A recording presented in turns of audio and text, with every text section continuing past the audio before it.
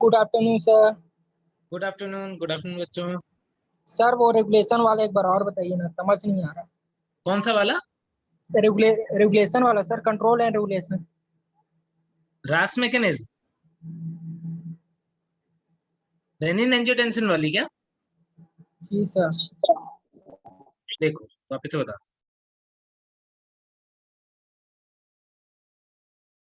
देखो क्या होता है कि रेगुलेशन ना किस किस लेवल पे है। एक तो एडीएच है, एंटी डायूरेटिक हार्मोन। दूसरा जो है वो रेनिन एंजियोटेंसिन एल्डोस्टेरोन सिस्टम, ये काम कर रहा है, ठीक है। और थर्ड यदि मैं एक और बात करूं तो एएनएफ जो है वो भी हेल्प करता है।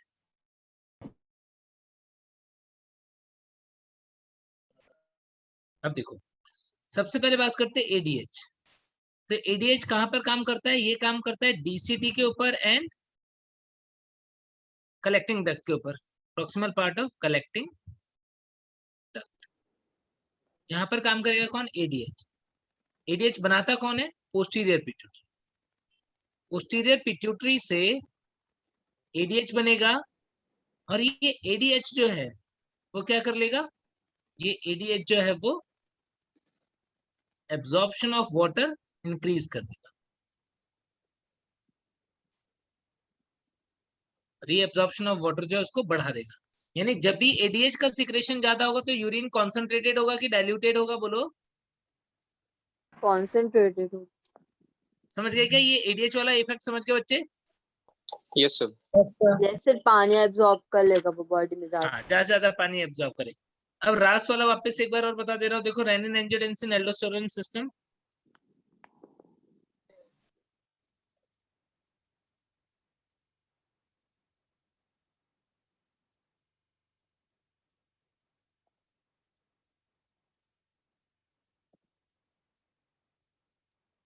एक मिनट।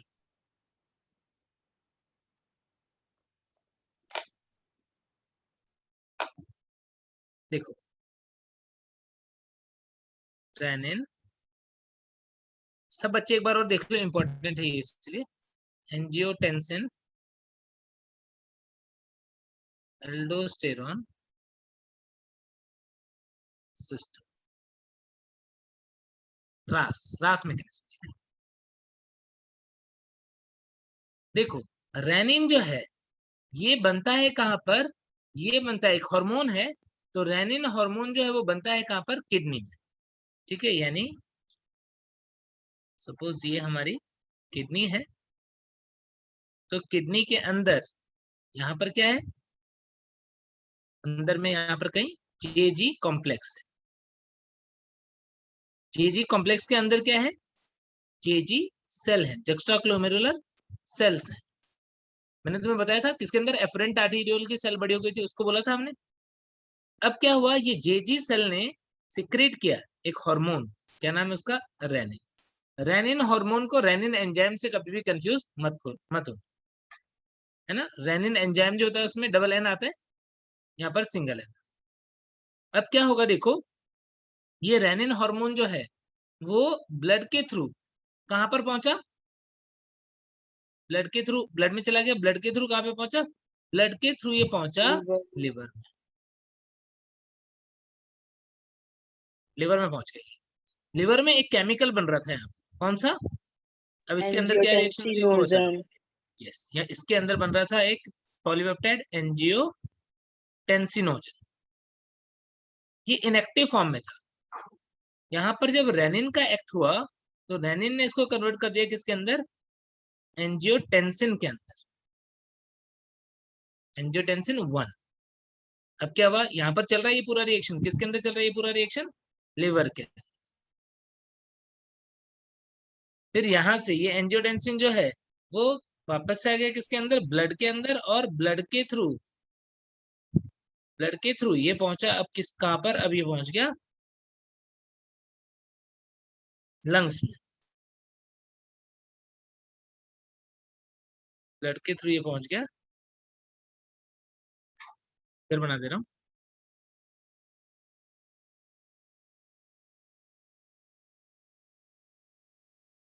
लंग्स के अंदर, अब लंग्स में आने के बाद में क्या हुआ, लंग्स के अंदर एक दूसरा केमिकल बन रहा था, मतलब यहाँ पर जो ऑक्सीडेटिव एनवायरनमेंट वगैरह था उसकी वजह से ऑक्सीजन वगैरह थी, और जो लंग्स के अंदर क्या हुआ, इस लंग के अंदर ये एंजियोटेंसिनोजन 1 आ गया था। यहाँ पर एंजियोटेंसिनोजन 1 जो है वो कन्वर्ट, एंजियोटेंसिन सॉरी नॉट टेंसिनोजन, एंजियोटेंसिन 1 जो है वो कन्वर्ट हो गया किसके अंदर, एंजियोटेंसिन 2 के अंदर।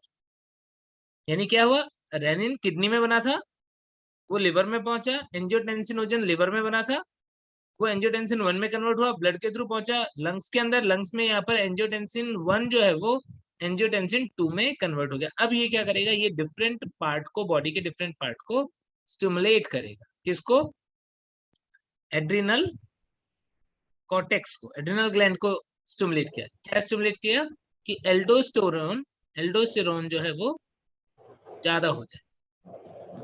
ठीक है, ये एल्डोस्टेरोन क्या करता है, ये एल्डोस्टेरोन जो है वो ब्लड में सोडियम पोटेशियम के एब्जॉर्प्शन को इंक्रीज करता है। तो इसकी वजह से क्या होगा, इसकी वजह से वाटर एब्जॉर्प्शन भी क्या हो जाएगा, बढ़ जाएगा, और बीपी जो है, ब्लड वॉल्यूम बढ़ेगा तो बीपी जो है वो क्या हो जाएगा, हाई हो जाएगा। तो एक तो ये किया है इसने। दूसरा ये क्या कर रहा है, दूसरा ये हमारी बॉडी के अंदर जो हाइपोथैलेमस है, हाइपोथैलेमस उसको स्टिमुलेट करता है, इसके लिए यहाँ पर जो थर्स्ट सेंटर है उसको स्टिमुलेट कर देता है, ताकि क्या हो जाए, ताकि ज्यादा प्यास लगे, पानी पिए और हम बॉडी के अंदर वाटर लेवल जो है वो मेंटेन। और उसके अलावा ये क्या करेगा, ये वैजो कॉन्स्ट्रिक्शन करवाएगा। क्या करवाएगा, वैजो कॉन्स्ट्रिक्शन, यानी ब्लड वेसल्स को क्या करवा देगा, कॉन्ट्रैक्ट करवा देगा, जिसकी वजह से भी क्या होगा, ब्लड प्रेशर जो है वो बढ़ेगा।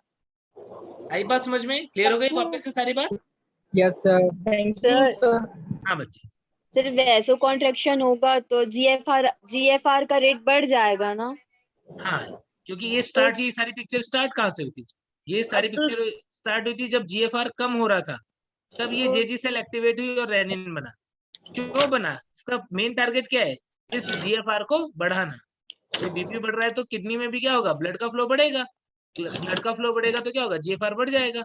आई बात समझ में?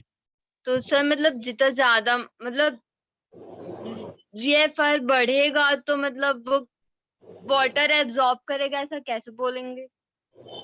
भाई जीएफआर बढ़ेगा, जीएफआर बढ़ने का मतलब, जीएफआर कैसे बढ़ रहा है, जो ब्लड तुम्हारा किडनी में आ रहा था, वोमेन कैप्सूल में आ रहा था, उसका अमाउंट ज्यादा ज्यादा होगा। आएगा वहां पर। हाँ, तो वो ज्यादा आएगा तो जीएफआर बढ़ेगा, और वो ज्यादा क्यों आएगा, यदि मान लो हमारा बीपी बढ़ जाए तो जीएफआर बढ़ जाएगा, यहाँ पर प्रेशर बढ़ जाएगा, फिल्ट्रेशन रेट जो है वो बढ़ जाएगा, इफेक्टिव फिल्ट्रेशन रेट जो है वो ज्यादा होगा, प्रेशर ईएफपी ओवरऑल बढ़ जाएगा, है ना, समझ गए? तो सर डीसीटी वगैरह पार्ट्स में ज्यादा सॉल्यूशन आएंगे और फिर बाकी के थ्रू रीअब्जॉर्ब ज्यादा होगा वाटर का, ऐसा बोलेंगे? हाँ, रीएब्जॉर्प्शन और वो सब तो वैसे ही होगा बिल्कुल जैसा तुमने पढ़ा। भाई बीपी ज्यादा बढ़ रहा है, यहाँ पर जो फ्लूइड आएगा, तो यहाँ पर जो फ्लूइड आएगा वो एब्जॉर्ब कितना होगा, वो मैकेनिज्म जो हमने पढ़ी उसके अकॉर्डिंग ही होगा। यदि हमको ज्यादा वाटर एब्जॉर्ब करना है तो मेनली किसके इन्फ्लुएंस में वो होगा, वो एडीएच के इन्फ्लुएंस में होगा। ये भी पानी ज्यादा आ गया, यहाँ पर ज्यादा जो प्लाज्मा फिल्टर हुआ है या इफेक्टिव फिल्ट्रेट बना है और ज्यादा एब्जॉर्ब कर रहा है, तो ठीक है, इसके साथ में एडीएच वगैरह जो है वो काम करे। कहाँ है एडीएच, जो अभी हमने पढ़ा था, एडीएच जो है वो ज्यादा काम करे, ज्यादा वाटर एब्जॉर्ब कर ले। यदि बॉडी से ज्यादा वाटर निकालना है तो एडीएच का अमाउंट कम रहेगा, तो ज्यादा पानी बाहर निकल जाएगा। ठीक है, तो ये मैकेनिज्म है किसकी, ये मैकेनिज्म है उसकी कि भाई ब्लड प्रेशर यदि फॉल हो रहा है तो उसकी वजह से इफेक्टिव फिल्ट्रेशन कम हो गया, तो उस इफेक्टिव फिल्ट्रेशन को बढ़ाएंगे कैसे, ऐसे बढ़ाएंगे। समझ गए ना, बीपी बढ़ना चाहिए बॉडी के अंदर, तब मतलब बैलेंस होना चाहिए, बढ़ना मतलब बैलेंस करना चाह रहे हैं, कम हुआ था उसको नॉर्मल लाना चाह रहे हैं, ठीक है ना। हाँ सर, एक साथ दो दो काम बता रहा है इसमें। हाँ, देखो एक एक साथ दो दो काम बता नहीं रहा है, काम तो एक ही होता रहा है, राज सिस्टम का एक ही काम है, बीपी को बढ़ाना, कम नहीं कर रहा है ये तो बीपी को बढ़ा रहा है, लेकिन बीपी को बढ़ा क्यों रहा है? क्योंकि बीपी कभी कम हुआ था, उसको मैनेज करने के, ब्लड वॉल्यूम यदि कम हुआ था तो उसको मैनेज कर रहा है ये सारा राज सिस्टम, और अल्टीमेटली उसको क्या कर लेगा, नॉर्मल पे ला देगा। बढ़ाने का मतलब नॉर्मल पे ला देगा। समझ गए क्या? अब क्लियर हो गई बात? हाँ सर। ठीक है, चलो। लक्ष्मी माइक माइक कर लो बंद यार। कोई बच्चे की माइक से कंटिन्यूअसली आवाज आ रहा है।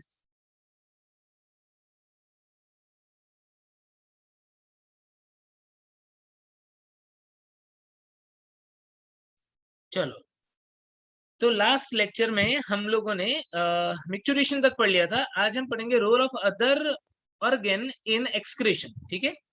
अच्छा, इससे पहले कि हम role of other organ in excretion जो है वो स्टार्ट करें, जो एक इंपॉर्टेंट एएनएफ फैक्टर के बारे में लास्ट लेक्चर में नहीं बताया था। एएनएफ जो है ना, एक्चुअल में ये क्या है, ये रास का अपोजिट है, रास सिस्टम का अपोजिट फंक्शन करता है एएनएफ। एएनएफ का पूरा नाम क्या है? Anti natriuretic factor. Anti natriuretic factor जो उसे हम बोलते थे एएनएफ। अब एएनएफ क्या करता है? रास क्या कर रहा था? बीपी को बढ़ा रहा था। ये क्या करेगा? It helps in decreasing the blood pressure. Blood pressure को कम करने में हेल्प करेगा। कभी यदि बीपी बढ़ गया तो उस टाइम पे ये काम करेगा। कैसे काम करेगा? कि when there is high BP, increased blood pressure, तो क्या करता है ये causes stretching of atria और atrium। जब एट्रिया स्ट्रेच होता है तो ये क्या करता है? वॉल ऑफ एट्रिया जो होगी, wall of atria produces ANF. यहां से बनता है एंटी नेट्रीयूरेटिक फैक्टर। और ये एएनएफ क्या करता है? एएनएफ वाजोडाइलेशन करता है, ब्लड वेसल्स को क्या कर देता है? डायलेट करता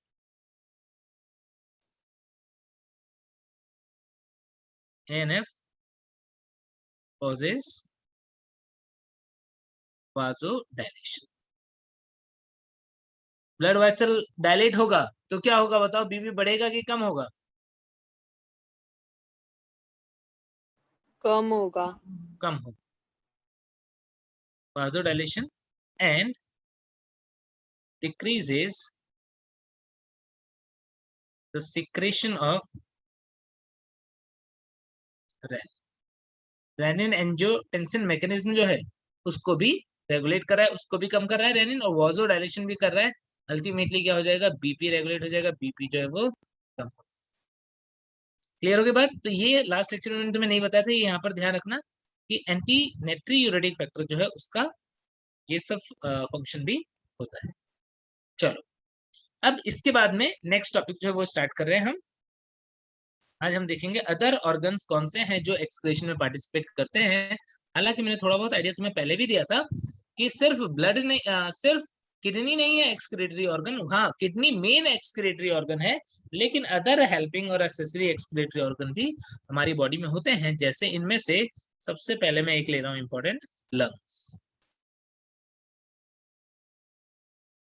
क्या लंग्स जो है वो एक्सक्रीटरी ऑर्गन है क्या?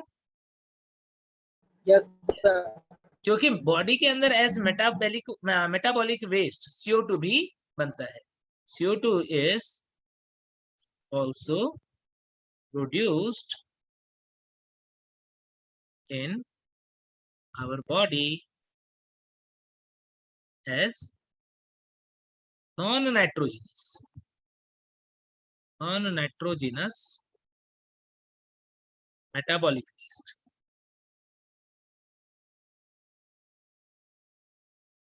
ठीक है। और लंग्स जो है वो लगभग 200 ml पर मिनट, लगभग 200 ml per minute CO2 is eliminated through lungs. Lungs के थ्रू लगभग 200 ml जो CO2 है वो पर मिनट एक्सक्रीट होता है। आई बात समझ में? क्या सिर्फ यही कि वाटर भी यहाँ से बाहर निकलेगा? वाटर भी निकलेगा। वाटर भी बाहर निकलता है। यस, सिर्फ यही नहीं, वाटर भी यहाँ से बाहर निकलेगा। कितना? लगभग around 400 ml water is also eliminated through lungs. Lungs के थ्रू अराउंड 400 ml वाटर भी एलिमिनेट होता है। ठीक है, सर ये भी पर मिनट होगा क्या? क्या हुआ? सर ये भी पर मिनट होगा कि टाइम नहीं ज्यादा नहीं, ये पूरे लेगा? दिन में, per day per day. Per day ml per day. ठीक है, ये तो पर मिनट वाला डेटा है, ये पर डे वाला डेटा है। ठीक है, ये ध्यान रहेगा। चलो अब इसके बाद में नेक्स्ट और कौन सा एक्सक्रीटरी ऑर्गन हो सकता है? हमारी बॉडी में लिवर भी एक्सक्रीटरी ऑर्गन। लिवर क्यों? क्योंकि लिवर जो है वो जो बाइल दे रहा है कहां पर? इंटेस्टाइन के अंदर, गॉल ब्लैडर की हेल्प से। तो उसके साथ में आते हैं कुछ पिगमेंट्स, एक्सक्रीट बाइल पिगमेंट्स, जो कि बाद में किस में कन्वर्ट हो जाता है? Converted in urobilinogen, stercobilinogen. तो लिवर जो है वो बाइल पिगमेंट जो है उसका एक्सक्रीशन करता है। ठीक है, इसके अलावा कोलेस्ट्रॉल, स्टेरॉइड,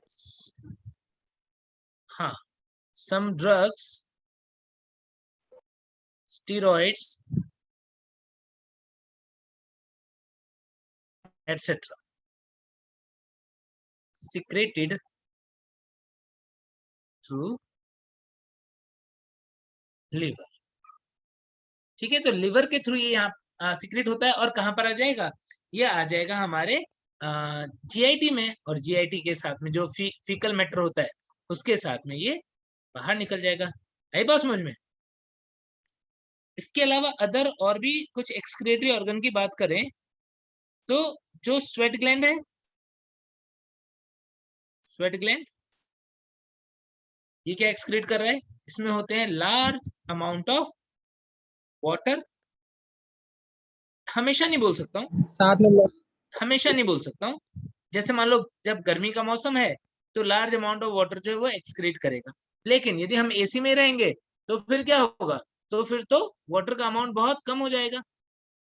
ठीक है, तो यहाँ पर डिपेंड करेगा, इसलिए मैं हमेशा लार्ज अमाउंट नहीं बोलता हूँ कि हाँ, लेकिन स्मॉल अमाउंट से लेकर के और लार्ज अमाउंट तक की बात कर सकते हैं। देखो क्या क्या होता है इसके अंदर। सिक्रीशन जो है उसमें 99.5% वाटर होता है एंड वेस्ट लाइक कुछ सॉल्ट्स हो सकते हैं, सॉल्ट्स लाइक सोडियम है, क्लोराइड है, ये सब हो सकता है। यूरिया वगैरह जो है वो इसके थ्रू सिक्रीट हो सकता है। ठीक है, यदि हम बात करें कुछ अमीनो एसिड्स की तो वो भी इसमें आ सकते हैं थोड़े बहुत, some amino acid and small amount of lactic acid. Glucose, yes, small amount of lactic acid भी आ सकता है। तो ऐसे कुछ केमिकल जो है वो किसके थ्रू सीक्रेट हो जाते हैं? स्वेट के थ्रू, पसीने के थ्रू आ जाते हैं, और इसका अमाउंट वेरी करता है एनवायरमेंटल कंडीशन के अकॉर्डिंग। इसके अलावा एक और भी, यदि मैं ग्लैंड में ही एक और एग्जांपल ले लूं, कौन सा gland? Salivary gland, salivary gland के थ्रू भी होता है, बिल्कुल सही बात है। सेबेशियस ग्लैंड के थ्रू भी होता है, ग्लैंड, थोड़ा बहुत जो है वो सलाइवरी ग्लैंड, सेबेशियस ग्लैंड ये सब भी सीक्रेट करते हैं। तो sebaceous glands and salivary gland also helps in secretion secretion की जगह एक्सक्रीशन बोलना ही ज्यादा ठीक रहेगा, एक्सक्रीशन नहीं लिखता। हेल्प्स इन एक्सक्रीशन ऑफ, किसका सिक्रीशन होता है सिबेशियस ग्लैंड के थ्रू? सीबम होता है इसके अंदर, हाइड्रोकार्बन, स्टेरॉल, कोलेस्ट्रॉल और wax. Waxy material, oil like substance, sir मोम भी होता है इसमें। वैक्स, हाँ इसीलिए वैक्सी मटेरियल लिखा। ऑयल लाइक सब्सटेंस होगा, और क्या बोल रहे थे, स्टीरॉइड्स बोल रहे थे, स्टीरॉइड्स या स्टीरॉल्स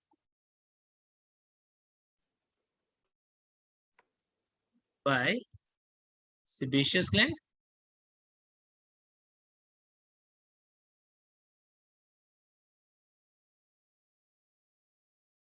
and some amount of salts and other waste through saliva। ठीक है, तो ये कुछ सब्सटेंस जो है वो सेबेशियस ग्लैंड और सलाइवरी ग्लैंड भी सिक्रीट करते हैं, एक्सक्रीट करते हैं, तो इसीलिए ये दूसरे ऑर्गन जो है वो भी एक्सक्रीशन में हेल्प करेंगे। क्लियर हो गई बात? अब इसके बाद में देखो disorders related to excretory system. देखो कुछ डिसऑर्डर की बात करेंगे। सबसे पहले बात करता हूं यूरेमिया। क्या होता है uraemia?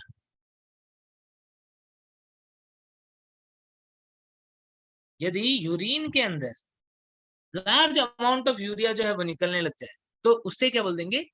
Uraemia. Presence of excess amount of urea in urine. Urine के अंदर एक्सेस अमाउंट में यूरिया का फॉर्मेशन जो है यदि वो होने लग जाए तो उसे हम क्या बोल देंगे? यूरेमिया बोल सकते हैं। कहीं ना कहीं ज्यादा अमाउंट में जो यूरिया है वो एक्यूमुलेट हो रहा है, बॉडी के अंदर बन रहा है, तो इसलिए यूरेमिया हो जाएगा। ठीक है, नेक्स्ट देखो अब इसके बाद में यूरेमिया के बाद में नेक्स्ट डिजीज में तुम्हें बता रहा हूँ वो है सेकेंड डिजीज। देखो रीनल फेलियर।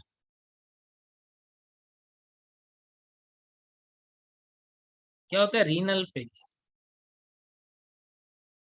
किडनी जो है वो अपना काम ना कर पाए, ठीक है, तो इसे हम क्या बोल देंगे? Renal failure. यानी रीनल फेलियर क्या हो गया? It is the condition of failure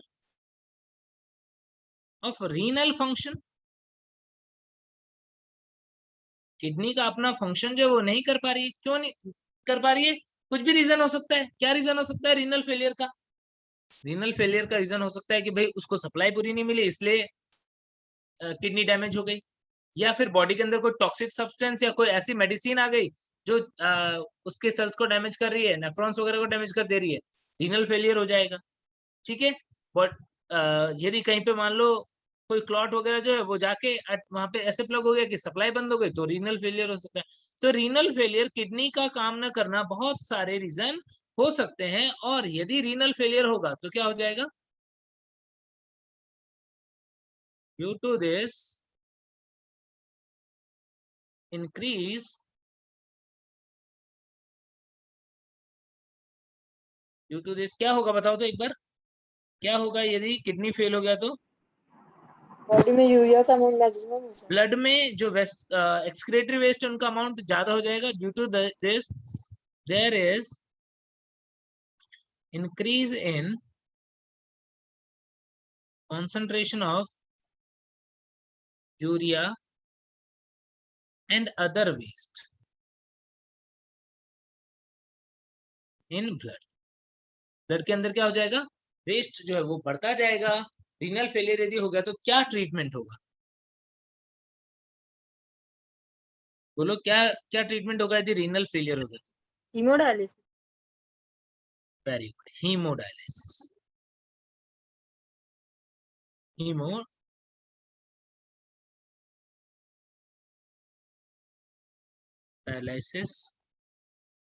is required in such persons,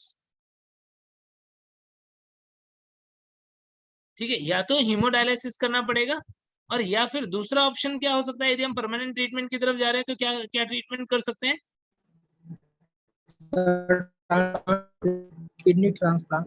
yes, बिल्कुल सही, बिल्कुल सही, kidney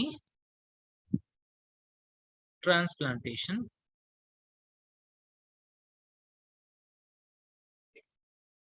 is the treatment for the condition। यानी इस डिजीज में, कंडीशन में क्या करना होगा? किडनी ट्रांसप्लांटेशन करना। चलो नेक्स्ट देखो, अब इसके बाद में नेक्स्ट डिजीज की बात करें, ग्लोमेरुलोनेफ्राइटिस। ग्लोमेरुलोनेफ्राइटिस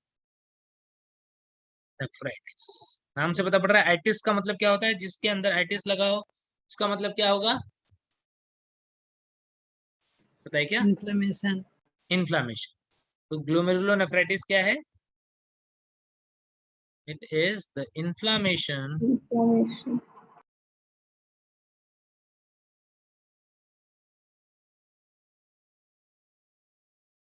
इसका इन्फ्लामेशन Glomerulus. क्या?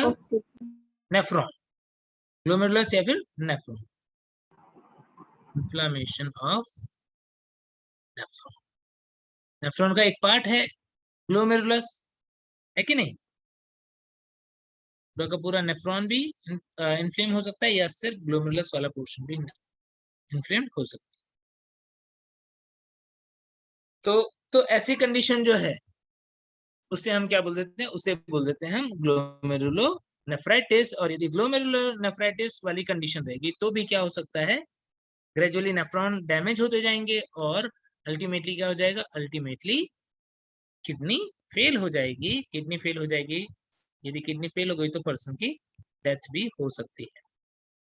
नेक्स्ट देखो, रीनल स्टोन। रीनल स्टोन को और क्या बोलते हो?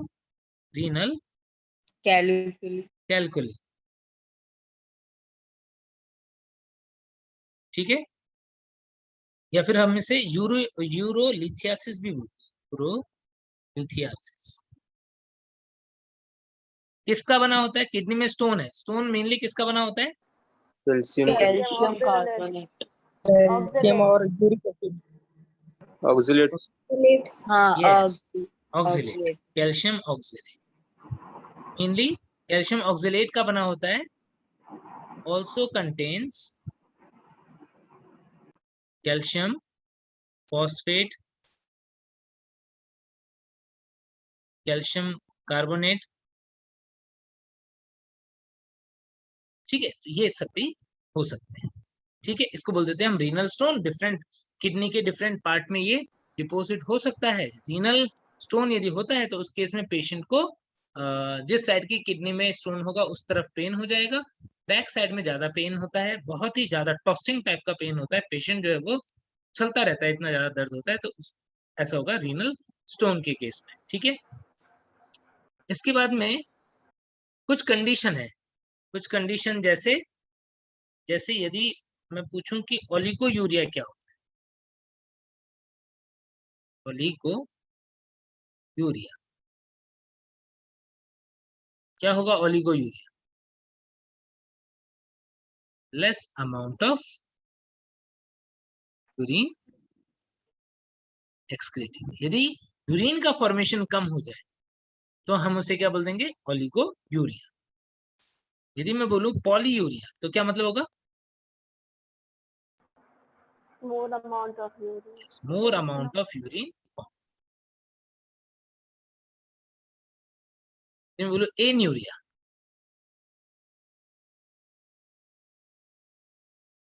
यूरिन बन ही नहीं रहा, यूरिन फॉर्मेशन एब्सेंट, यूरिन बन ही नहीं रहा, क्या बोल देंगे उसको? एन्यूरिया। ठीक है, और यदि मैं बोलूं डिसयूरिया, क्या मतलब हो जाएगा? डिसयूरिया, डिस का मतलब पेनफुल, डिस्कम्फर्ट, पेनफुल, मिक्चुरेशन, क्या बोल देते हैं हम इसको? डिसयूरिया। ठीक है, और कोई कंडीशन? हेमेट्यूरिया, क्या होगा? ब्लड इन यूरिन, यूरिन में ब्लड आ रहा होगा तो हेमेट्यूरिया। ऐसे पायूरिया, क्या हो जाएगा? पस, यदि पस आए ब्लड में तो बोलेंगे पायूरिया। यदि शुगर आता होगा तो क्या बोलोगे? ग्लाइकोस्यूरिया, तो क्या हो जाएगा? Sugar in blood. ठीक है, ये हो जाएगा। क्लियर हो गई बात? तो इस तरीके से कुछ डिफरेंट कंडीशंस जो हैं उनकी भी हमने बात की। कीटोन बॉडी यदि आता होगा तो क्या बोलोगे? Ketonuria. Ketonuria, ketone bodies in urine. ठीक है, चलो अब इसके बाद में देखो ये चैप्टर अपना कंप्लीट हो गया है। तुम यदि क्वेश्चन करोगे तो वहां पर कई बार ना तुम्हारे सामने एक वर्ड आएगा, वो मैं बता देता हूँ। रीनल थ्रेशोल्ड वर्ड कई बार तुम सुन सकते हो। क्या होता है रीनल थ्रेशोल्ड? देखो कुछ सब्सटेंस ऐसे हैं जो जिनका किडनी में बहुत ज्यादा एब्जॉर्प्शन होता है, जिसका किडनी में बहुत ज्यादा रीएब्जॉर्प्शन हो सकता है, उन्हें बोलेंगे हम high threshold, high threshold substance. कौन सा है? जिनका रीएब्जॉर्प्शन हो रहा है हाई। एग्जाम्पल जैसे जैसे मान लो ग्लूकोज है, काफी सारे अमाउंट में एब्जॉर्ब हो सकता है। जैसे अमीनो एसिड है, जैसे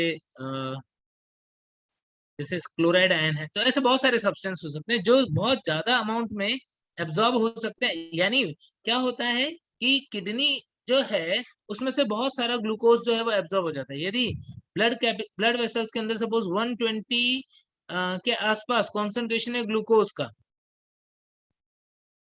तो यहां तक भी हमने क्या देखा, इससे कम यदि आए तो एब्जॉर्ब हो जा रहा है। लेकिन यदि ब्लड में इससे भी ज्यादा कॉन्सेंट्रेशन हो जाएगा, तब क्या होगा? पूरी तरीके से एब्जॉर्ब नहीं हो पाएगा और थोड़ा बहुत यूरिन के साथ में बाहर निकलेगा। यानी डायबिटीज वाले पेशेंट में क्या होता है? यही तो होता है भाई। डायबिटीज वाले पेशेंट में यूरिन के साथ में ग्लूकोज बाहर क्यों आ रहा है? क्योंकि उनके ब्लड में ग्लूकोज का लेवल इतना ज्यादा हो गया है कि पूरा का पूरा भी एब्जॉर्ब नहीं हो पा रहा है और थोड़ा बहुत बाहर निकल जा रहा है। ठीक है, तो ऐसा होता है किसके किसके अंदर? हाई थ्रेशोल्ड सब्सटेंस के, ना सॉरी, डायबिटीज मेलिटस के। तो हाई थ्रेशोल्ड ग्लूकोज एग्जांपल हो गया। ऐसे ही एक होता है लो थ्रेशोल्ड, लो थ्रेशोल्ड सब्सटेंस। क्या होगा? Less reabsorption, less reabsorption occurs इन किडनी। नेफ्रॉन के अंदर क्या है? कम रीएब्जॉर्प्शन होगा तो उसे लो थ्रेशोल्ड बोल दोगे। लाइक यूरिया जो है उसका लो थ्रेशोल्ड होता है, बहुत थोड़े ही अमाउंट में, क्योंकि हमारी बॉडी में ही ब्लड में ही कम कॉन्सेंट्रेशन है और थोड़े ही अमाउंट में एब्जॉर्ब होता है। और ऐसे ही नॉन थ्रेशोल्ड क्या हो जाएगा? जिसका होता ही नहीं। हाँ, नो रीएब्जॉर्प्शन।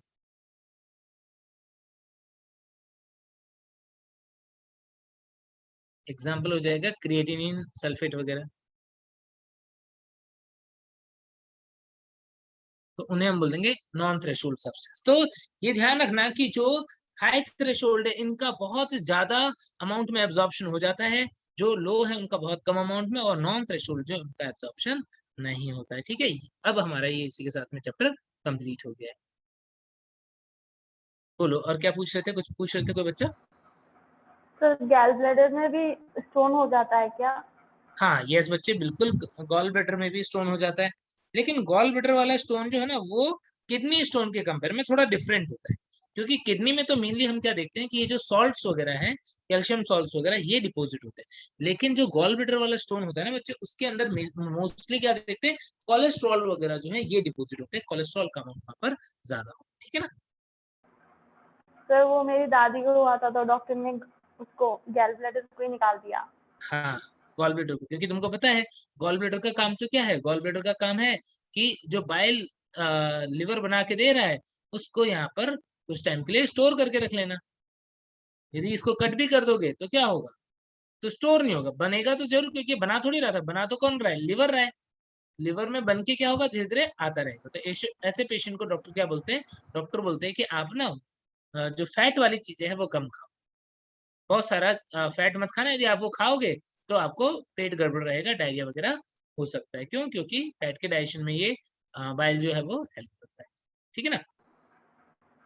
फिर सर बाइल तो कंटिन्यूसली आता रहेगा ना आता हेपेटोपैंक्रियाटिक डक्ट में? यस बच्चे, जब वो स्फिंक्टर जो है वो जैसे ही खुलेगा वैसे आए, स्फिंक्टर ऑफ बॉयडेन।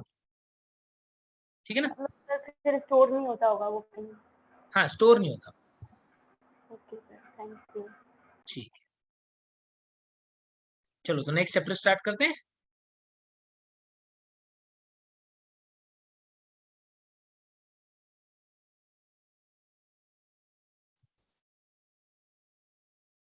एक minute.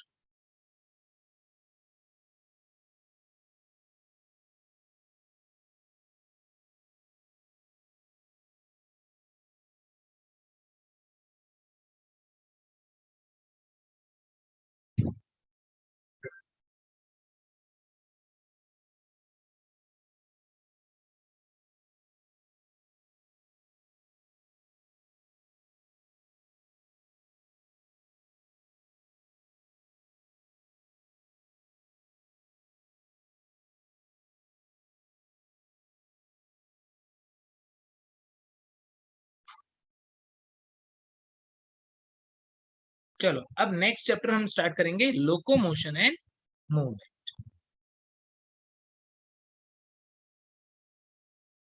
Locomotion and movement chapter जो है वो स्टार्ट करते हैं। ठीक है, बहुत छोटा सा ही चैप्टर है, बहुत बड़ा चैप्टर नहीं है।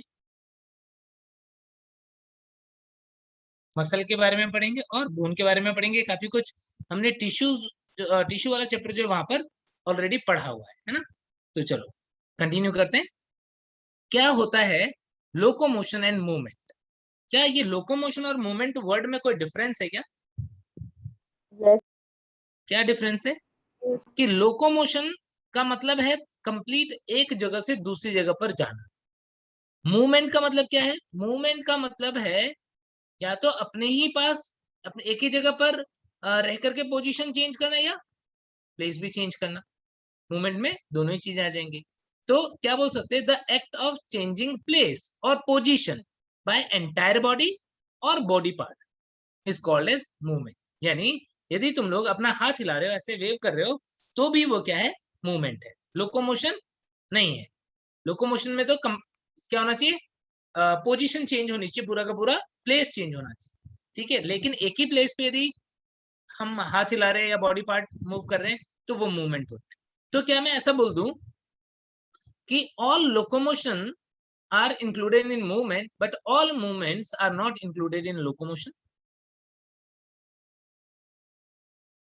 All locomotion are included in movement, but all movements are not included in locomotion. सही है गलत? सही है सर। बिल्कुल सही, सही है सर। बिल्कुल सही। ठीक है, तो लोकोमोशन नॉर्मली किस लिए जरूरत पड़ता है भाई? ऑर्गेनिज्म को फूड ढूंढना है, for food, shelter, protection from predator, ऐसी बहुत सारी लाइफ की एक्टिविटीज है जिनके लिए लोकोमोशन या मूवमेंट रिक्वायर्ड है। Now the types of movement, movement can be of two types. यदि हम अपने आप को देख रहे हैं तो हमको लग रहा है मूवमेंट कैसे हो रहा है हमारे अंदर मूवमेंट हो रहा है मसल्स की एक्टिविटी से। तो हायर ऑर्गेनिज्म हुए या मोस्ट ऑफ द एनिमल्स की बात करें, यूनिसेलुलर को छोड़ दो, मल्टी सेलुलर में तो मोस्ट ऑफ द एनिमल्स जो हैं वो मूव करते हैं किसकी हेल्प से, मसल की हेल्प से। तो उस मूवमेंट को बोलेंगे हम मस्कुलर मूवमेंट। और ज्यादातर जो यूनिसेलुलर ऑर्गेनिज्म है या मल्टी सेलुलर ऑर्गेनिज्म की बॉडी के सेल के अंदर जो मूवमेंट है कुछ स्पेसिफिक टाइप का, वो कैसे होते हैं, नॉन मस्कुलर मूवमेंट। तो नॉन मस्कुलर मूवमेंट में क्या आ सकता है, प्रोटोप्लाज्मिक स्ट्रीमिंग। क्या होता है प्रोटोप्लाज्मिक स्ट्रीमिंग, जानते हो? प्रोटोप्लाज्मिक स्ट्रीमिंग का मतलब होता है, हमने वैसे पढ़ा हुआ है पहले जब हम ट्रांसपोर्ट इन प्लांट वाला चैप्टर पढ़े थे वहां पर भी, कि सपोज ये कोई एक सेल है और इस सेल के अंदर वैक्यूल है, तो क्या देखते हैं कई बार हम कि इसके अंदर जो साइटोप्लाज्म है वो इस वैक्यूल के अराउंड इस तरीके से साइक्लिक मैनर में घूमता है। इसे हम क्या बोलते हैं? इसे हम बोल देते हैं साइटोप्लाज्मिक स्ट्रीमिंग। और इस मूवमेंट की वजह से सेल के अंदर सब्सटेंस जो है उनका ट्रांसपोर्टेशन होता है। तो नॉन मस्कुलर मूवमेंट में एक एग्जांपल हो गया प्रोटोप्लाज्मिक स्ट्रीमिंग। ये रही बात। Then second is pseudopodial movement. क्या होता है स्यूडोपोडियल मूवमेंट? स्यूडोपोडिया की हेल्प से मूव करना, जैसे हम कई बार अमीबा में देखते हैं। जैसे सपोज एक अमीबा है, ये इरेगुलर शेप का। यदि इस अमीबा के आसपास कहीं फूड है तो हम क्या देखेंगे कि हो सकता है इसका बॉडी कुछ इस तरीके से फ्लो करने लग जाए, कुछ ऐसे स्ट्रक्चर बने साइटोप्लाज्म के फ्लो करने से, फीट लाइक स्ट्रक्चर प्रोजेक्शन जैसे बन जाए। तो इसे हम क्या बोल देते हैं? ये स्ट्रक्चर जो है ये है स्यूडोपोडिया। तो स्यूडोपोडिया जो है वो मूवमेंट में और लोकोमोशन में भी हेल्प कर सकता है। फ्लैजिलर मूवमेंट जानते हो? फ्लैजिला क्या होता है? फ्लैजिला जैसे कभी तुमने अपने जीवन में युगलिना के बारे में पढ़ा था। तो युगलिना के अंदर क्या होता है? ऐसा लॉन्ग थ्रेड लाइक स्ट्रक्चर होता है, इसकी हेल्प से मूव करता है फ्लैजिलर मूवमेंट। और सिलेरी मूवमेंट क्या होता है? बहुत सारे ऑर्गेनिज्म के अंदर मैनी स्मॉल, बहुत सारे छोटे छोटे हेयर लाइक स्ट्रक्चर जो है बॉडी के ऊपर होते हैं, जिसकी हेल्प से ये मूवमेंट कर सकता है, लोकोमोशन कर सकता है। इस मूवमेंट को हम क्या बोलेंगे? Ciliary movement. तो ऐसे डिफरेंट टाइप के नॉन मस्कुलर मूवमेंट जो है वो भी देखने को मिलते हैं। क्या इतनी बातें क्लियर हो गई सब बच्चों को? चलो, तो फिर हम बात करते हैं ह्यूमन के अंदर कि ह्यूमन के अंदर जब मूवमेंट हो रहा है तो उसमें दो सिस्टम हमारी हेल्प करते हैं। ये जो लोकोमोशन एंड मूवमेंट है ह्यूमन के अंदर, उसमें दो सिस्टम हेल्प करते हैं। कौन कौन से? In human two systems help in locomotion and movement। कौन कौन से हैं? skeleton and muscles। Yes, muscular system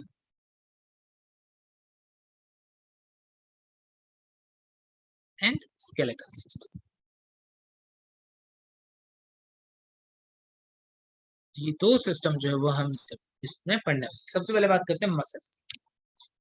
muscle tissue के बारे में पहले ही पढ़ा है, मेसोडर्मल ओरिजिन में होता है। यदि हम हमारी बॉडी के वेट का पार्ट देखें तो अराउंड 40 to 50% पार्ट जो है वो मसल बनाता है। जो मसल की सेल है उसकी बहुत स्पेशल प्रॉपर्टी है क्या? Excitability, contractility and extensibility and elasticity. ये इंपॉर्टेंट प्रॉपर्टीज हैं मसल के। मसल जो है उसके अंदर कुछ मसल्स जो है वहां पर हम देखते हैं कि इंपल्स जनरेट भी होता है, जैसे ऐसे नोड वगैरह के अंदर है। कुछ मसल एक्साइटेबिलिटी, कुछ के नर्व में सारे एक्साइटेबल होते हैं, बट यहाँ पे कुछ की होती है। और कॉन्ट्रैक्टिलिटी है सबके अंदर। कंडक्टिविटी है। कंडक्टिविटी कंडक्टिविटी क्या होता है? कंडक्टिविटी यानी वो, हाँ, यानी वो इंपल्स को आगे ट्रांसफर भी कर पा रहा है। तो excitability, conductivity, contractility, extensibility and elasticity ये प्रॉपर्टीज होती है किसके अंदर? मसल के अंदर। और मसल के कई सारे टाइप हैं, कहाँ पर प्रेजेंट होता है, उसके अंदर स्ट्रक्चर कैसी है, उसके अंदर बेंडिंग्स वगैरह प्रेजेंट है कि नहीं, किसके कंट्रोल में है, उन सब के according. But on the basis of location mainly हम इसको 3 टाइप्स में डिवाइड करते हैं। कौन कौन सा? स्केलेटल मसल, विसरल और smooth muscle and cardiac muscle. ठीक है। स्केलेटल मसल जो है वो किसके रिलेशन में रहती है? मोस्टली हम देखते हैं स्केलेटन के रिलेशन में रहती है। बोन्स वगैरह जो है उनके रिलेशन में रहती है। ठीक है। कोई भी बोन में दो पार्ट, मसल के दो पार्ट होते हैं। जैसे मान लो कोई भी बोन है तो मसल के दो पार्ट हम देखें, कौन सा पार्ट होगा? एक पार्ट होगा जो किसी फिक्स मसल पे होगा। मान लो ये यहाँ पर है, इस जगह पर है, तो ये एक पार्ट होगा जो फिक्स होगा। और दूसरा पार्ट जो होगा वो कहाँ पर होगा? वो किसी ऐसी जगह पे होगा जो मसल मूव कर रही है। मान लो ये इस जगह पर है, तो क्या होगा? एक पार्ट फिक्स होगा और एक पार्ट जो है वो मूवेबल होगा, और इसमें कॉन्ट्रेक्शन होने की वजह से मूवमेंट हो जाएगी। तो इस तरीके से प्रॉक्सिमल पार्ट जो फिक्स वाला पार्ट होता है उसको हम ओरिजिन बोल देते हैं, और जो मूवेबल होता है उसे हम इंसर्शन बोल देते हैं। तो इस तरीके से ध्यान रखना कि मसल के अंदर मेनली कितने पार्ट होते हैं, 2 पार्ट। अब देखो यहाँ पर skeletal muscle, skeletal muscle fibre जो होते हैं वो कैसे होते हैं, मोस्टली स्ट्रेटेड होते हैं, यानी उनके ऊपर लाइनिंग्स वगैरह जो है वो बेंड जो है वो बने होते हैं, स्ट्रेटेड मसल भी बोलते हैं।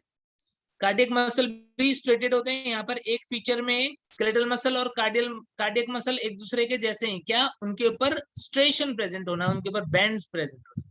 स्ट्रेशन का मतलब समझ रहे हो क्या, स्ट्रेशन का मतलब है कि जैसे ये मसल है तो इसके ऊपर ना ऐसे लाइनिंग्स बनी हुई, लाइट और डार्क कलर की लाइनिंग्स बनी होगी, उसे हम बोलते हैं स्ट्रेशन। तो स्केलेटल मसल स्ट्रेटेड होते हैं, ट्यूबुलर होते हैं, मल्टी न्यूक्लिएटेड होते हैं। और क्या स्केलेटल मसल हमारी विल पावर के कंट्रोल में होता है क्या? Yes sir. तो वॉलेंट्री होंगे और स्केलेटन से अटैच होते हैं, ये हमने बात करी ली। स्ट्रक्चर हमने देखी हुई है और डिटेल में देख लेंगे। ठीक है, 1 मिनट रुको, 1 मिनट वेट करो।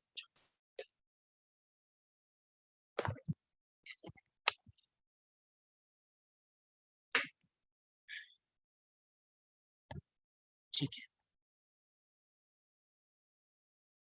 स्मूथ मसल की बात करते हैं तो स्मूथ मसल नॉन स्ट्रेटेड होते हैं, स्पिंडल शेप के होंगे। देख रहे हो डायग्राम के अंदर, यहाँ पर एक छोटा सा डायग्राम बनाया भी है, देखो मैं यहाँ पे ड्रॉ कर देता हूँ। देखो स्केलेटल मसल जो होगा वो कैसा होगा, वो ऐसा थिन थ्रेड लाइक या फाइबर लाइक होगा। ठीक है, एक सिंगल मसल से, और वो भी सिंगल न्यूक्लिएटेड की multi nucleated, multi nucleated, multi nucleated होगा। और उसके ऊपर लाइट और डार्क बैंड जो है वो प्रेजेंट होगी, जिसे हम क्या बोल रहे हैं, स्ट्रेशंस बोल रहे हैं। लाइट और डार्क कलर के ऐसे बैंड जो है वो प्रेजेंट होते हैं, स्ट्रेशंस जो है वो प्रेजेंट होते हैं, इन्हें हम स्ट्रेटेड मसल बोल देते हैं। इस टाइप से विसरल मसल जो है या स्मूथ मसल ऑर्गन्स में प्रेजेंट है, बोन से कनेक्शन में नहीं होते हैं, हमारे कंट्रोल में होते हैं कि नहीं होते हैं। पेट में डाइजेस्ट होता है, वो हम सोचते हैं तब डाइजेस्ट होता है कि वो चलता रहता है, चलता रहता है। यस। इसका मतलब स्मूथ मसल जो है वो कैसा है, वो इनवॉलेंट्री है, और वहां पर ऐसे स्ट्रेशंस नहीं होते जैसा इसके। स्पिंडल शेप का होगा, दोनों एंड नैरो, बीच में मोटा, ठीक है, और इस टाइप का। और ये मोस्टली कहाँ पर प्रेजेंट होते हैं, इंटरनल ऑर्गन्स की कवरिंग की वॉल में प्रेजेंट होते हैं।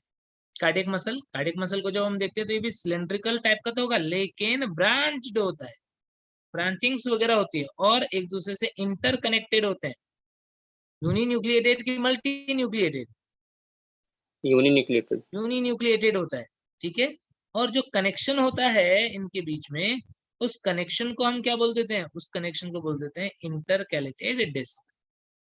इंटरकैलेटेड डिस्क प्रेजेंट होता है। स्ट्रेशंस जो है वो यहाँ पर भी प्रेजेंट होते हैं, यहाँ पर भी क्या होगा, यहाँ पर भी डार्क और लाइट कलर के बैंड्स जो है वो प्रेजेंट।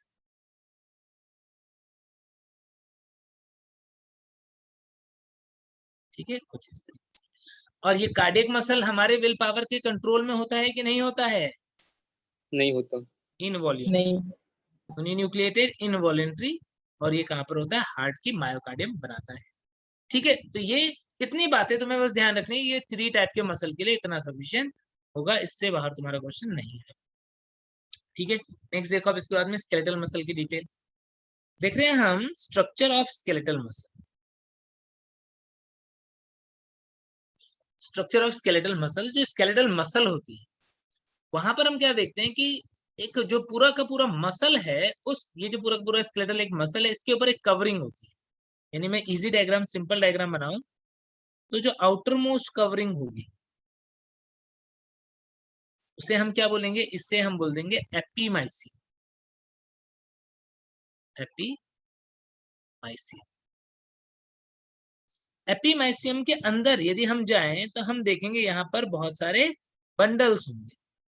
एपीमाइसियम एक पूरा का पूरा मसल होगा, और इसके अंदर क्या है, बहुत सारे बंडल्स। बंडल्स के लिए हम एक टर्म यूज करते हैं, फेसिकल। यहाँ पर क्या है, अंदर ही अंदर बहुत सारे बंडल्स। और ये बंडल की कवरिंग जो है वो मैंने येलो कलर से बनाई। येलो कलर से क्या बनाई है? बंडल की कवरिंग बनाई है।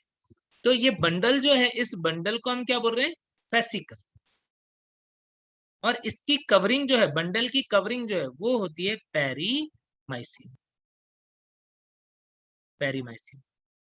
इस पेरीमाइसियम के अंदर होते हैं बहुत सारे मसल फाइबर। मसल फाइबर का मतलब क्या? मसल फाइबर का मतलब हो गया एक सेल।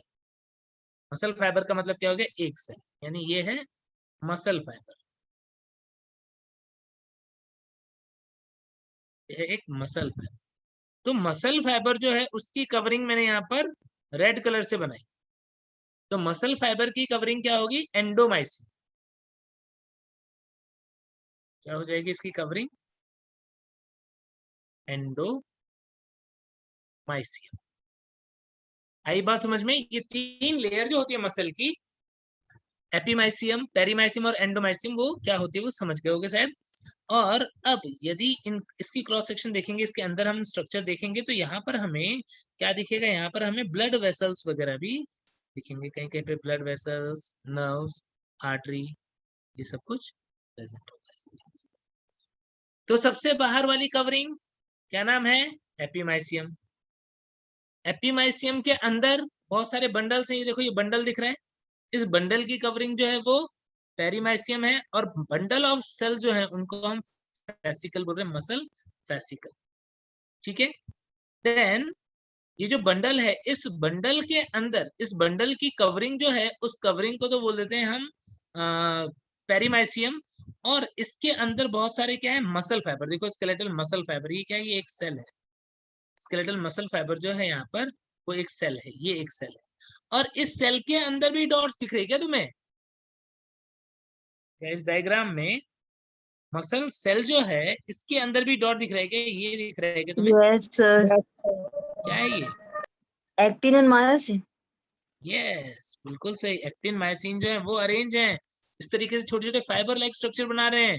ये क्या है? ये है मायोफाइबर। Myofibril filament. एक सेल के अंदर बहुत सारे मायोफाइब्रिल्स भी होंगे।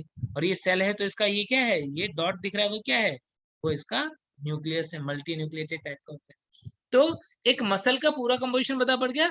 एपीमाइसियम क्या होता है, पेरी और एंडोमाइसियम किसके अराउंड कवरिंग है, और फेसिकल क्या होता है, और एक एक मसल फाइबर क्या होता है, या सेल क्या होता है, मसल सेल। एक मसल फाइबर या मसल सेल क्या होता है, और मायोफाइब्रिल क्या होता है। क्या सारी बातें इस डायग्राम से एकदम क्रिस्टल क्लियर हो रही है क्या सब बच्चों को? Sir Yes. मसल फाइबर को सार्कोलेमा इसी को बोलते हैं क्या? नहीं, सार्कोलेमा जो है ना, वो मेम्ब्रेन है। किसकी? मसल की, मसल सेल की। अच्छा, मसल सेल ऊपर की जो, के। हाँ, इसके ऊपर जो लेयर होगी ना, वो होगी सार्कोलेमा। हाँ। ठीक है ना। बहुत सारे मायोफाइब्रिल्स जो है ना, वो अंदर में होंगे साइटोप्लाज्म में। ऊपर जो मेम्ब्रेन होगी, लेयर होगी, वो सार्कोलेमा है ना। चलो देखो यहाँ पर, अब यहाँ पर दिख जाएगा तुम्हें। देखो, अब ये एक सेल ले लिया हमने। ये डायग्राम जो है, इसके अंदर क्या दिख रहा है? एक मसल फाइबर। मसल फाइबर, एक मसल फाइबर की जो मेम्ब्रेन है, उसे हम क्या बोल रहे हैं? सार्कोलेमा। ठीक है। इस सार्कोलेमा के अंदर साइटोप्लाज्म, और साइटोप्लाज्म में डिफरेंट ऑर्गेनेल्स। क्या ऑर्गेनेल? Like sarcoplasmic reticulum. क्या तुम्हें पता है कि endoplasmic reticulum that is present in muscle cell is known as sarcoplasmic reticulum. और वो दो टाइप की ट्यूब्यूल बनाती है। कौन कौन सी? एक तो ट्रांसवर्स और longitudinal, T tubule, L tubule. तो ट्रांसवर्स ट्यूब्यूल जो होती है उसे हम बोलते हैं टी ट्यूब्यूल। आई बात समझ में? माइटोकॉन्ड्रिया वगैरह प्रेजेंट है इसके अंदर। और इसके अंदर हमें दिख रहा है क्या? इसके अंदर हमें दिख रहा है छोटा छोटा ऐसा कुछ थ्रेड लाइक स्ट्रक्चर। क्या है ये? मायोफाइब्रिल्स। बहुत सारे मायोफाइब्रिल्स हैं। और ये मायोफाइब्रिल्स किसके बने हुए? मायोफाइब्रिल्स बने हुए एक्टिन मायोसिन के। और ये जो पर्टिकुलर अरेंजमेंट होती है मायोफाइब्रिल की, जिसमें एक यूनिट हम देखें, तो एक यूनिट जो है, मान लो सपोज इस डायग्राम में बात करें, तो यहाँ से लेकर के यहाँ तक एक पूरा, इसको हम क्या बोलते हैं? सार्कोमियर। आई बात समझ में? तो इस तरीके से स्ट्रक्चर होती है मसल फाइबर की। कवरिंग जो है, मेम्ब्रेन जो है, उसको हम बोलते हैं सार्कोलेमा। उसके अंदर एंडोप्लाज्मिक रेटिकुलम होता है, टी ट्यूब्यूल, एल ट्यूब्यूल होते हैं। ट्रांसवर्स ट्यूब्यूल जो है वो इंपॉर्टेंट है क्योंकि ये कैल्शियम को स्टोर करता है, और जब कॉन्ट्रेक्शन का टाइम आएगा तो कैल्शियम यहीं से निकलेगा और एक्टिन के पास जाएगा, ताकि एक्टिन जो है वो ट्रोपोनिन सी जो है वो उससे बाइंड करे और एक्टिन का आगे मायोसिन से कनेक्शन हो पाए। वो हम डिटेल में देखेंगे, अभी बात नहीं करते। तो टी ट्यूब्यूल जो है उसके अंदर ही क्या हो रहा है, कैल्शियम स्टोर हो रहा है और बाद में निकलेगा। ठीक है, एनर्जी माइटोकॉन्ड्रिया देगा इसको। तो इस टाइप की स्ट्रक्चर होती है किसकी, मसल फाइबर की। अब मसल फाइबर के अंदर हमने क्या देखा, मायोफाइब्रिल। ये मसल फाइबर है पूरा, उसके अंदर क्या है, मायोफाइब्रिल। अब ये मायोफाइब्रिल के स्ट्रक्चर बहुत इंपॉर्टेंट है, जिसकी यूनिट को हम क्या बोल रहे हैं, मायोफाइब्रिल की यूनिट को हम क्या बोलते हैं, सार्कोमियर। सार्कोमियर जो है वो दो जेड लाइन के बीच में जो स्ट्रक्चर होती है उसे हम बोलते हैं सार्कोमियर। ये सार्कोमियर है, यहाँ से लेकर के और यहाँ तक। अब यदि हम इसके स्ट्रक्चर को एक बार ध्यान से समझें तो क्या हो रहा है, देखो जेड लाइन है, ऐसा जेड लाइन, ये एक जेड लाइन बनाया मैंने, ये दूसरा जेड लाइन। ठीक है, ये जेड लाइन नाम जो है वो बहुत ही खतरनाक नाम से लिया गया है। कोई जर्मन वर्ड है, वहां से आया हुआ है, बहुत ही बेकार सा नाम है, इसलिए कभी तुम इसका फुल फॉर्म नहीं सुनते होगे। जेड लाइन का फुल फॉर्म क्या होता है, सुना है क्या? No sir. हाँ, वो बहुत अजीब सा नाम है, मैंने तो कई बार सुना है लेकिन मुझे उसका प्रोनाउंसिएशन ही नहीं आता, इसलिए मैं तुमको बता भी नहीं रहा हूँ। ठीक है, तो ये दो जेड लाइन के बीच का ये पूरा पार्ट जो होगा यहाँ से लेकर के यहाँ तक, इसे हम क्या बोल देंगे, इसे हम बोल देंगे sarcomere. This is Z line, this is also Z line. अब ये जेड लाइन जो है वो अटैचमेंट प्रोवाइड करता है एक्टिन को। ये जेड लाइन जो है यहाँ पर जो फाइबर जुड़ा होगा वो कौन सा होगा, वो होगा एक्टिन। एक्टिन है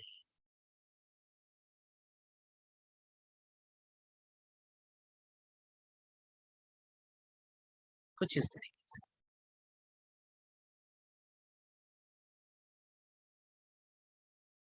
ये रेड कलर से मैंने बनाया, ये क्या, ये एक्टिन फिलामेंट,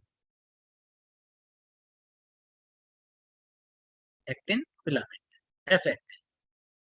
और इनके बीच में यहाँ पर यदि मैं सार्कोमेयर के बीचों बीच वाली लाइन की बात करूं तो उस लाइन को बोलते हैं एम लाइन। ठीक है, यहाँ पर बना देते हैं हम कौन सी लाइन, एम लाइन। ये एम लाइन।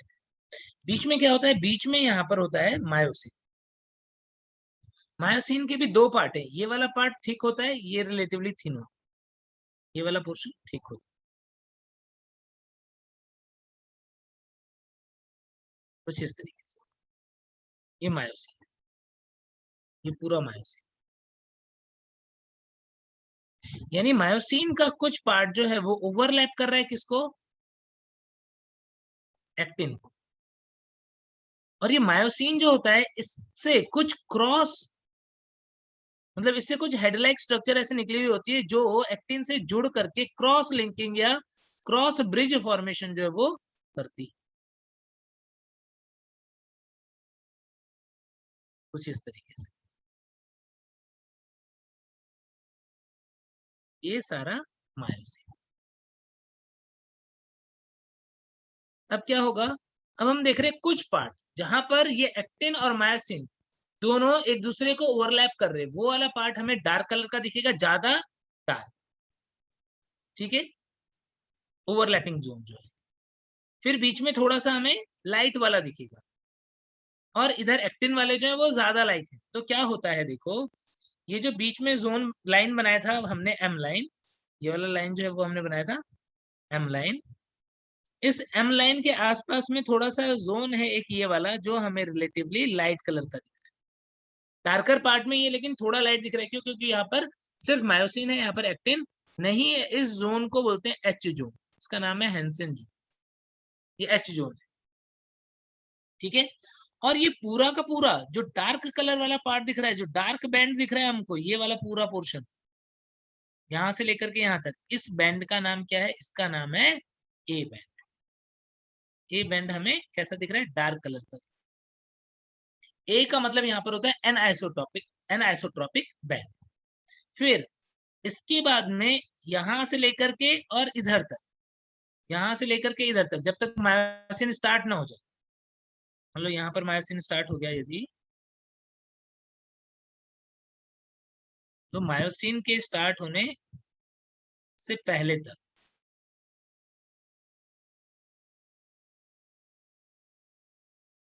ये पूरा पोर्शन, ये वाला क्या है, आई बैंड, आइसोट्रॉपिक बैंड। अब कौन सा बैंड डार्क कलर का होगा, कौन सा बैंड लाइट कलर का होगा, समझ गए? आइसोट्रॉपिक बैंड जो है वो कैसा होगा, लाइट होगा। ठीक है, अब मैं तुम्हें क्वेश्चन पूछूं कि बताओ एक सार्कोमियर में कितने ए बैंड और कितने आई बैंड होते हैं? ऑप्शन दिया हुआ है 1 A band 1 I band, 1 A band 1 I band, एक ही दिया हुआ है, एक दिया हुआ है half I band half A band, तीसरा ऑप्शन दिया हुआ है half I band 1 A band and half I band, और एक ऑप्शन दिया हुआ है half A band 1 I band and half A band. बताओ एक सार्कोमियर में कितने बैंड होते हैं या बैंड की क्या कंडीशन होती है, बताओ। थर्ड वाला। सी वाला। यस, यदि 1 2 3 4 ऑप्शन है तो थर्ड वाला ऑप्शन जो बिल्कुल सही होगा। देखो हाफ आई बैंड आया तो इतना ही आया इसमें, एक सार्कोमियर में इधर से भी ये हाफ ही आएगा, तो half I band 1 A band and half I band. तो इस टाइप की स्ट्रक्चर होती है किसकी, इस टाइप की स्ट्रक्चर होती है एक सार्कोमियर की। क्या बात क्लियर हो गई? यहाँ पर यही सारी चीजें तुम डायग्राम में अच्छे से देख पा रहे हो। ठीक है, अब यहाँ पर जो यहाँ प्रोटीन है एक्टिन और मायोसिन, उसको भी एक्सप्लेन किया हुआ है। और एक और भी चीज बताई हुई है कि देखो ये जो अरेंजमेंट है ये ऐसा अरेंजमेंट है जहां पर ये रेड ब्लू कलर का जो डॉट है, ये ब्लू कलर का डॉट जो है वो बता रहा है किसको, ये बता रहा है मायोसिन, और रेड वाला जो है वो बता रहा है किसको, एक्टिन को। एक मायोसिन कितने एक्टिन से घिरा हुआ है, एक मायोसिन कितने एक्टिन से, 6 एक्टिन से। एक एक्टिन कितने मायोसिन से घिरा हुआ है, एक एक्टिन कितने मायोसिन से, 3 से। ये देखो ट्रायंगल, तो ये यहाँ पर मैंने इस डायग्राम को इसलिए लिया है ताकि मैं ये चीज क्लियरली दिख जाए। अब ये जो यहाँ पर प्रोटीन्स हैं जो हमारा सार्कोमियर बना रही है, इन प्रोटीन्स के बारे में बात करते हैं। सबसे पहले मैं बताता हूँ तुम्हें मायोसिन के बारे में। मायोसिन जो है वो कॉन्ट्रेक्टाइल प्रोटीन है। Myosin is contractile protein.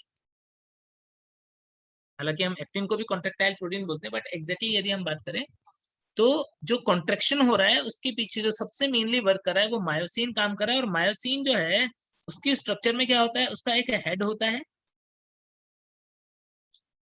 Cross arm होती है और टेल होता है। दूसरा हेड, क्रॉस आर्म और टेल, और इसे हम दो पार्ट में डिवाइड करें। कौन सा पार्ट, जो हेड वाला पोर्शन होता है इसे हम बोल देते हैं हैवी मीरोमायोसिन। क्या बोल देते हैं, HMM, हैवी मीरोमायोसिन। और टेल वाला जो पोर्शन होता है इसे बोल देते हैं हम लाइट मीरोमायोसिन। तो दो पार्ट होते हैं किसके अंदर, मायोसिन की स्ट्रक्चर में, heavy meromyosin and light meromyosin. Heavy meromyosin वाला जो पार्ट है वो होता है हेड एंड क्रॉस आर्म, और लाइट मीरोमायोसिन वाला जो पार्ट होता है वो होता है टेल। अब ये हेड जो होता है इसके पास साइट होती है किसके लिए, एटीपी के अटैच होने की। यहाँ पर कुछ साइट है जो क्या करेगा, एटीपी को अटैच होने देगा। तो हम क्या बोल सकते हैं, हम बोल सकते हैं कि it is ATP binding site. जो हैवी मीरोमायोसिन है वहां पर कौन सी साइट प्रेजेंट है, वहां पर साइट प्रेजेंट है एटीपी बाइंडिंग साइट। और एक और भी साइट प्रेजेंट होता है यहाँ पर जो एक्टिन से बाइंड होता है, जो एक्टिन पे एक्टिव साइट होगा वहां पर जाकर के बाइंड होगा, तो इसको बोल देंगे हम एक्टिन बाइंडिंग साइट। ये दो साइट है, यानी क्या होता है, ये जो मायोसिन है ये एटीपी कंज्यूम करेगा और एटीपी कंज्यूम करके क्या करेगा, एक्टिन से जाके जुड़ेगा। ठीक है, ये तो मायोसिन की बात होगी। अब एक्टिन की बात करते हैं कि एक्टिन कैसे। देखो एक्टिन की, एक एक्टिन की बात करें हम तो एक सिंगल एक्टिन जो होता है वो ग्लोब्यूल की फॉर्म में होता है, ग्लोबुलर प्रोटीन होता है। एक एक्टिन कैसा होगा, एक एक्टिन होगा ग्लोबुलर प्रोटीन। किस टाइप से दिखेगा, वो दिखेगा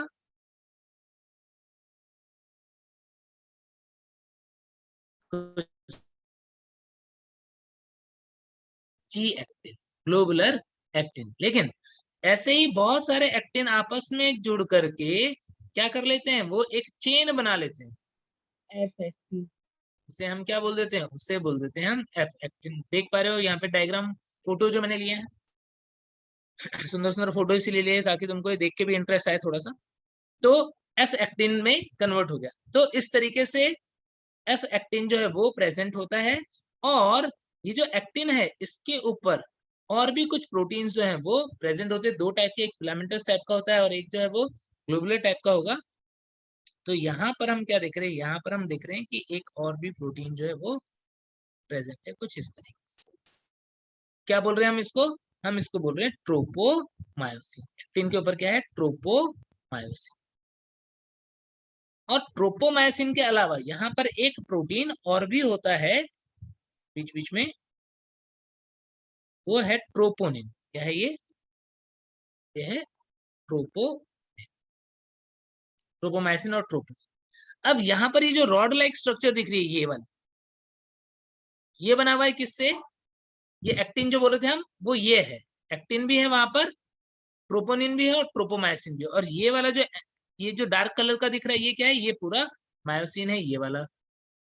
आई बात समझ में। तो ये आई बैंड के अंदर, यानी यदि मैं पूछूं कि बताओ आई बैंड के अंदर, लाइटर आई बैंड जो है, इस आई बैंड के अंदर एक्टिन होता है कि मायोसिन होता है कि दोनों होते हैं, एक्टिन होता है। ओनली एक्टिन होता है। यदि मैं बोलूं कि ये डार्क बैंड है उसके अंदर एक्टिन होता है कि मायोसिन होता है कि दोनों होते हैं, दोनों। दोनों होते हैं। लेकिन यदि मैं पूछूं एच जोन के अंदर, ये जो एच जोन है, एक्टिन होता है कि मायोसिन होता है कि दोनों होते हैं, मायोसिन बस होता है। मायोसिन होता है। सारी बातें क्लियर है, कहां पर कौन सा प्रोटीन है। यस। Very good. अब इसके बाद में देखो, तो ये हमने देख लिया प्रोटीन कहां पर क्या। अब ये जो ट्रोपोनिन है, इस ट्रोपोनिन के पास तीन कंपोनेंट होते हैं। कौन कौन सा, ट्रोपोनिन सी, ट्रोपोनिन टी, सी होता है, आई, टी और आई। ट्रोपोनिन डी, तीन होते हैं। अब क्या होता है ये तीनों, देखो क्या होता है, यहाँ पर तीन यूनिट है। इस तरीके से मान लो कि यहाँ पे ट्रोपोनिन की तीन यूनिट है। अब क्या होगा, इसमें से एक यूनिट ने क्या किया हुआ है, ट्रोपोनिन आई ने क्या किया हुआ है, एक्टिव साइट को इनहिबिट किया हुआ है। ये एक्टिव साइट है, ब्लू कलर से बनाती है मायोसिन से जुड़ने की। अब क्या हुआ, इसने इसको कवर किया हुआ है, किसने कवर किया हुआ है, टी आई ने कवर किया, टी आई ने। और टी टी जो है वो ट्रोपोमाइसिन से अटैच करवा रहा है। और टी सी जो है ये क्या करेगा, जैसे ही मसल के पास इंफॉर्मेशन आएगी कॉन्ट्रेक्शन की, क्या होगा, जो टी ट्यूब्यूल के अंदर कैल्शियम था वो कैल्शियम रिलीज हो जाएगा। कैल्शियम रिलीज हो गया, मानो कैल्शियम रिलीज होकर के कहां पर पहुंचा, टी सी के पास पहुंचा। कहां पर, ये जो टी सी वाला पोर्शन था मान लो यहाँ पर पहुंचा। जैसे ही ट्रोपोनिन टीसी से कैल्शियम बाइंड होता है, ये क्या करता है, ये यहाँ से हट जाता है और एक्टिव साइट को अनमास्क कर देता है, फ्री कर देता है। किसके लिए, ताकि मायोसिन का हेड यहाँ से जाके जुड़ जाए। तो ट्रोपोनिन जो है वो उसका काम समझ में आ गया। ट्रोपोनिन जो है एक तो कैल्शियम को बाइंड करेगा, दूसरा एक्टिव साइट को छुपा के रखेगा।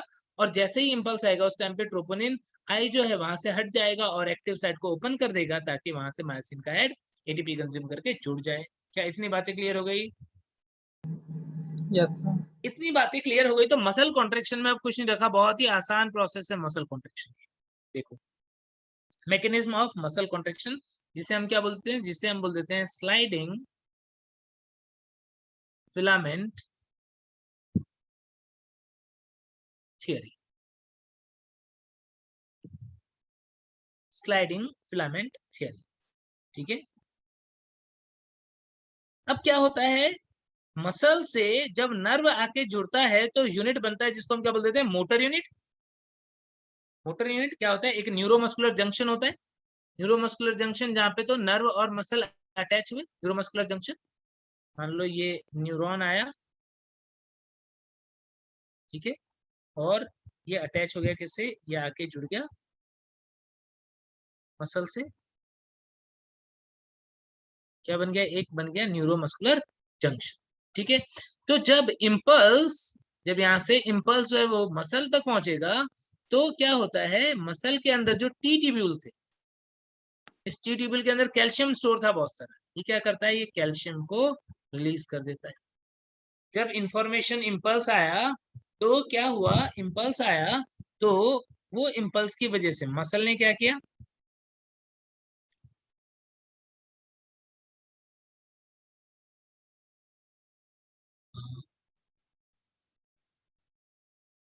चलो इम्पल्स जो है वो आ रहा है, जब इम्पल्स यहाँ पर आएगा न्यूरोट्रांसमीटर्स वगैरह रिलीज होंगे और इसकी वजह से ये जो टी ट्यूब्यूल है, टी ट्यूब्यूल, इस टी ट्यूब्यूल के अंदर जो कैल्शियम था वो रिलीज होगा।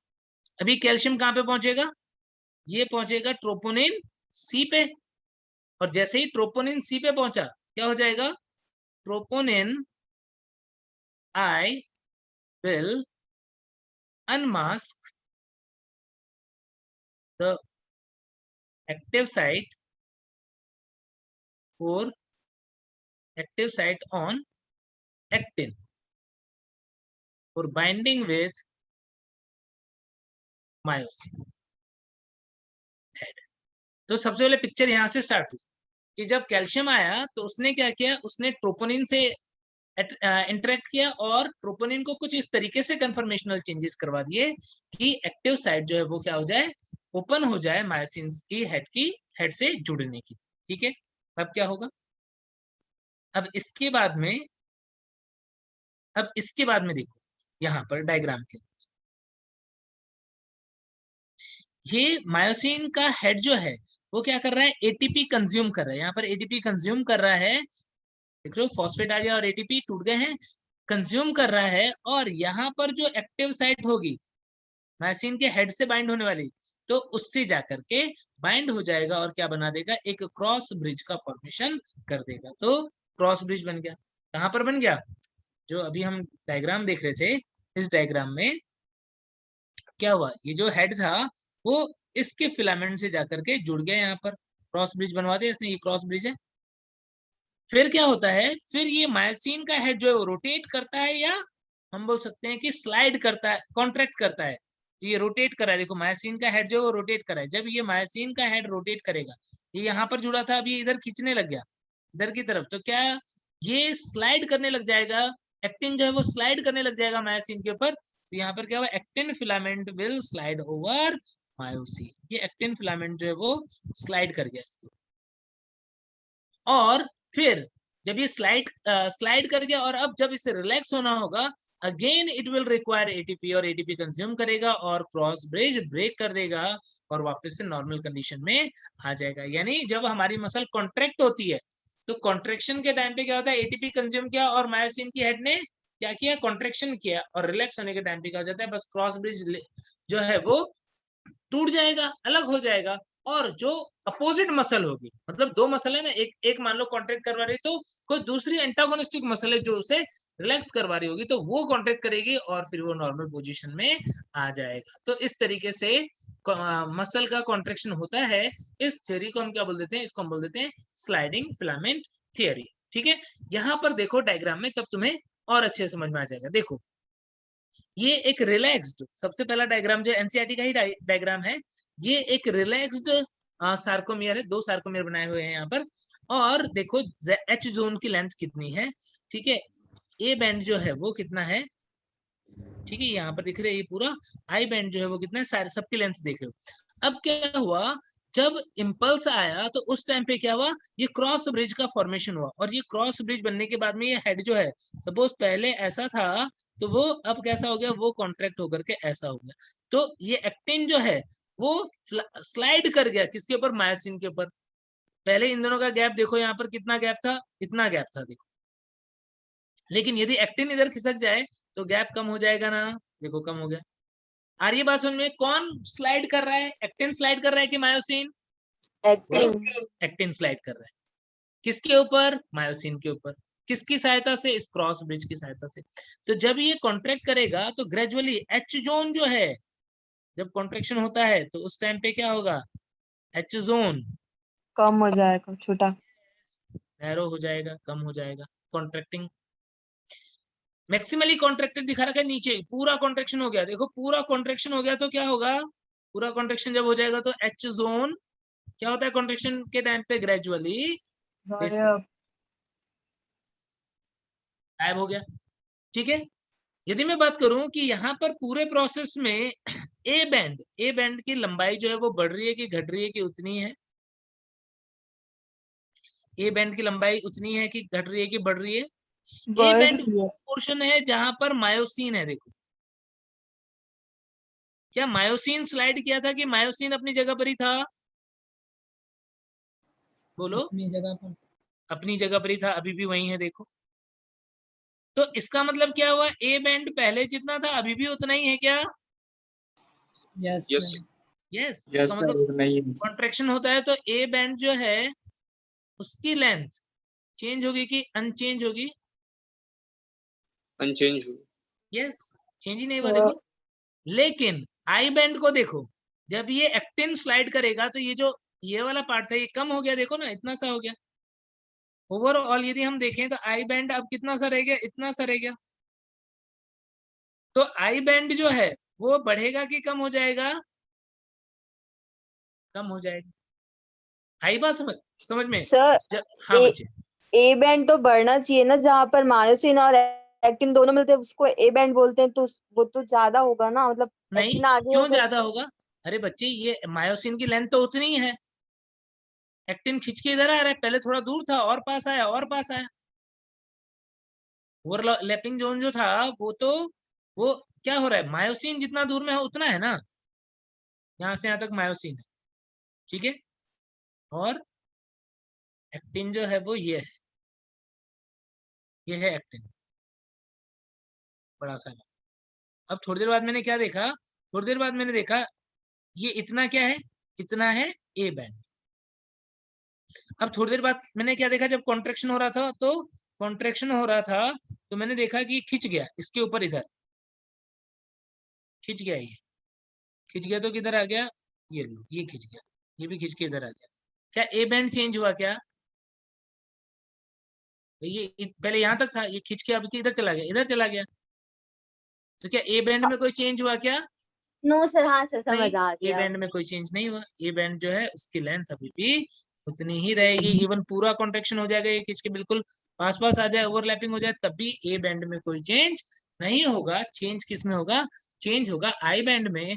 आई बैंड तो ध्यान रखना, at the time of contraction H zone become narrow and gradually disappear, A band remain unchanged, the length of A band remain unchanged, I band decreases in length or becomes narrow। Clear हो गई बातें। तो ये हो गई muscle contraction की बात। अब मसल दो टाइप के होते हैं, white muscle, red muscle. White muscle fibre जो होते हैं उसके कंपेयर में हम देखें तो रेड मसल फाइबर, हमारे नेक के पीछे जो मसल फाइबर होती है सपोर्ट के लिए, वो रेड मसल फाइबर होती है। लेस पावरफुल होती है बट लंबे टाइम तक कॉन्ट्रेक्शन करने के लिए होती है, बहुत क्विक कॉन्ट्रेक्शन नहीं करती। लार्जर यूनिट्स जो होती है वो प्रेजेंट होती है इसके अंदर। इसके अंदर रेड कलर होता है, क्यों, क्योंकि इसके अंदर मायोग्लोबिन का अमाउंट ज्यादा होता है, ब्लड सप्लाई ज्यादा होती है, एरोबिक मेटाबॉलिज्म ज्यादा चलती है। ठीक है, muscle fibre, smaller number of muscle fibre in each unit. ठीक है, small less powerful muscle utilise long term, जो लॉन्ग टर्म एक्टिविटी वाली होती है वो रेड मसल होती है, जिसको क्विकली कॉन्ट्रेक्शन करना है वो कौन सी होंगी वहां पर, जैसे आईज के अंदर ऑकुलर मसल्स वगैरह होंगी, वो कौन से होंगी, वो व्हाइट मसल होंगी जो कम टाइम के लिए। तो ये साइज में या मोटर यूनिट के अकॉर्डिंग देखे तो बड़े साइज की होती है, पावरफुल मसल होती है और शॉर्ट टर्म के लिए यूटिलाइज होती है। क्विकली यदि कॉन्ट्रेक्शन करना है तो white muscle fibre, long term तक ग्रेजुअल कॉन्ट्रेक्शन करना है तो red muscle fibre. ATPase activity high होगी क्योंकि इसको क्विकली काम करना होता है। रेड मसल की एटीपेज एक्टिविटी कम होगी क्योंकि स्लोली काम करना होता है। ठीक है, larger number of muscle fibre in each unit in white fibre, high capacity of anaerobic glycolysis, और मायोग्लोबिन का कंटेंट जो है वो व्हाइट मसल फाइबर के अंदर कम होता है। ठीक है, तो ये कुछ डिफरेंस है मसल फाइबर्स के अंदर। तो आज हमने मस्कुलर सिस्टम जो है वहां तक पढ़ लिया है बच्चों। कल हम पढ़ेंगे स्केलेटल सिस्टम, वैसे मैंने पीपीटी बना रखी थी। ठीक है, तो कल हम कंटिन्यू कर लेंगे स्केलेटल सिस्टम, तब तक अच्छे से पढ़ते रहो। ठीक है, चलो bye bye. Thank you, sir. Bye.